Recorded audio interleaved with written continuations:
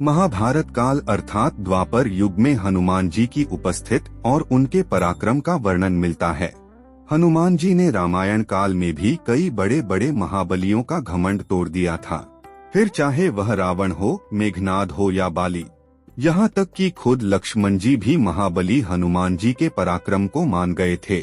लक्ष्मण जी को शेषावतार माना जाता है। उन्होंने ही बाद में महाभारत काल में बलराम जी के रूप में जन्म लिया था। तब भी उन्हें अपने बलशाली होने का घमंड हो चला था। नमस्कार दोस्तों, छोटका बाबा चैनल पर आप सभी का स्वागत है। यदि आप भी जानना चाहते हैं कि कैसे बजरंगबली ने बलराम जी के वाटिका को उजाड़कर उनके अभिमान को तोड़ दिया था, तो वीडियो को लाइक और चैनल को सब्सक्राइब जरूर करें और हाँ, कमेंट में जय बजरंगबली जरूर लिखे। चलिए शुरू करते हैं। द्वारिका में बलराम जी ने कई दानवों और असुरों का वध किया था। उन्हें अपनी भुजाओं, गदा और हल पर बहुत घमंड था। एक बार उन्होंने पौंड्रक द्वारा भेजे विशालकाय वानर द्वीप से मुकाबला करके उसे परास्त कर दिया था और उसे अपने एक ही मुक्के से मार दिया था। उसे मारने के बाद तो बलराम जी का अहंकार 7वें आसमान पर चढ़ गया था। बलराम जी ने जब विशालकाय वानर द्वीप को अपनी एक ही मुक्के से मार दिया था तो उन्हें अपने बल पर घमंड हो चला था।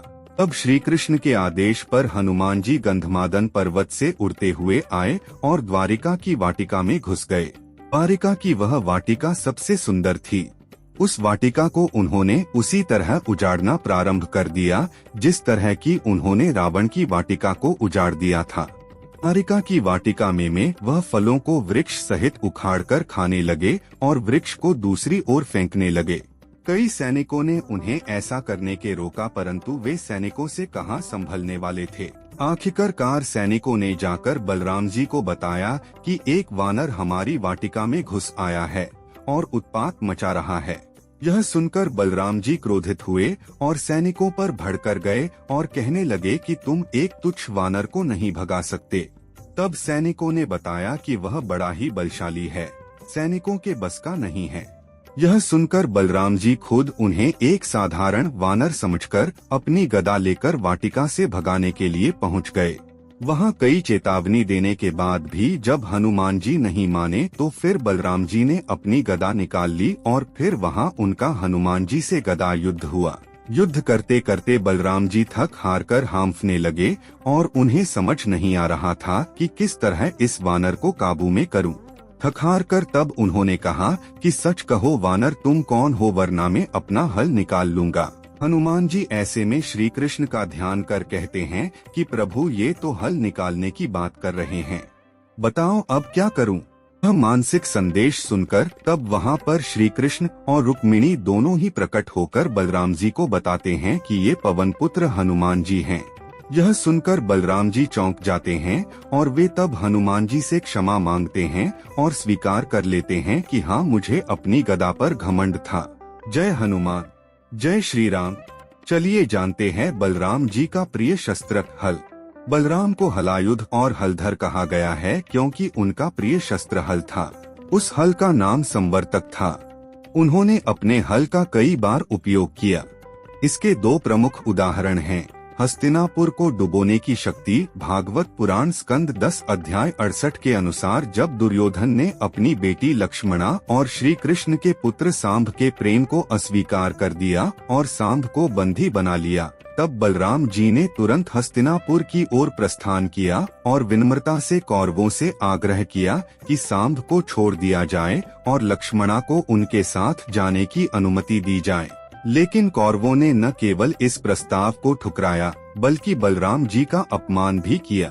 क्रोधित होकर उन्होंने बिना किसी चेतावनी के अपना हल हस्तिनापुर की भूमि में गाड़ दिया और पूरी नगरी को गंगा की ओर खींचना आरंभ कर दिया। वे हस्तिनापुर को गंगा में डुबो देना चाहते थे। उनकी इस शक्ति को देखकर हस्तिनापुर में हाहाकार मच गया और भयभीत कौरवों ने क्षमा याचना करते हुए दांव की सभी शर्तें मान लीं।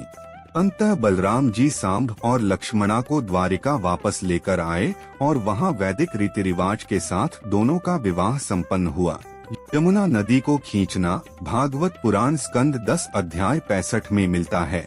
इसके अनुसार एक बार जब संकर्षण जी अपनी पत्नी रेवती और गोपियों के साथ यमुना नदी के तट पर गए, तब उन्होंने यमुना से अपनी ओर आने को कहा ताकि वे जल क्रीड़ा कर सकें। लेकिन यमुना ने उनके आदेश की अवहेलना की। क्रोधित होकर उन्होंने अपना हल उठाया और यमुना नदी को खींचना शुरू कर दिया और यमुना हल के बनाए हुए मार्ग से बहने लगी। तब भयभीत होकर यमुना जी ने क्षमा मांगी और संकर्षण जी की आज्ञा का पालन करना पड़ा। उनके अन्य अस्त्र शस्त्र हल के अलावा बलराम जी के पास सौनंद नामक गदा और रौद्र नामक भगवान शिव का एक धनुष भी था। कुरुक्षेत्र युद्ध से पहले इस धनुष को उन्होंने अभिमन्यु को दिया था। तो दोस्तों, आज के लिए बस इतना ही। उम्मीद करता हूँ हमारे द्वारा दी गई जानकारी आपको पसंद आई होगी। मित्रों, अगर ये वीडियो पसंद आई हो तो वीडियो को लाइक शेयर जरूर करें और कमेंट करना ना भूलें। दोस्तों, अगर आपने हमारा चैनल सब्सक्राइब नहीं किया है तो सब्सक्राइब जरूर करें। और हाँ, लास्ट तक देखने के लिए धन्यवाद।